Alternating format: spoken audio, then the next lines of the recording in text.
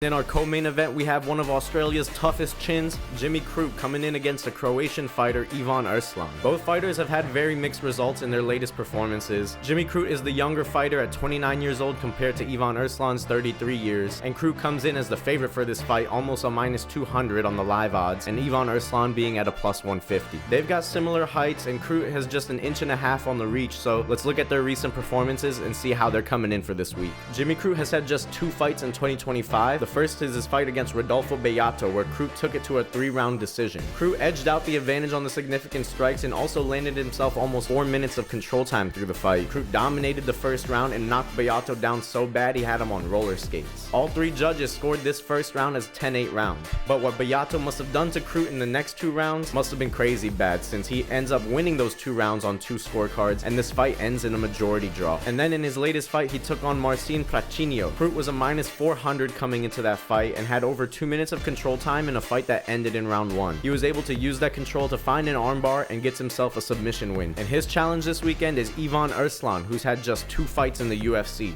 His first was a matchup against Ion Cutelaba, where Erslan was the plus 350 underdog. Erslan managed to get 5 minutes of control time, though gave some control time to Cutelaba as well as the advantage of the significant strikes, and managed to go on to a decision in a very close fight. Judges scored as a split decision, and Erslan is on the short end of the stick here for a decision loss. And in his latest fight, he was another large underdog at plus 280 against Navajo Sterling. Erslan got dogged on the striking differential, giving up 3 times the strikes to his opponent and the control time as well. He managed to win 1 round here, but it was a unanimous decision loss for Erslan. And it's off of those 2 performances that he's coming in to fight in Australia against hometown hero Jimmy Crute.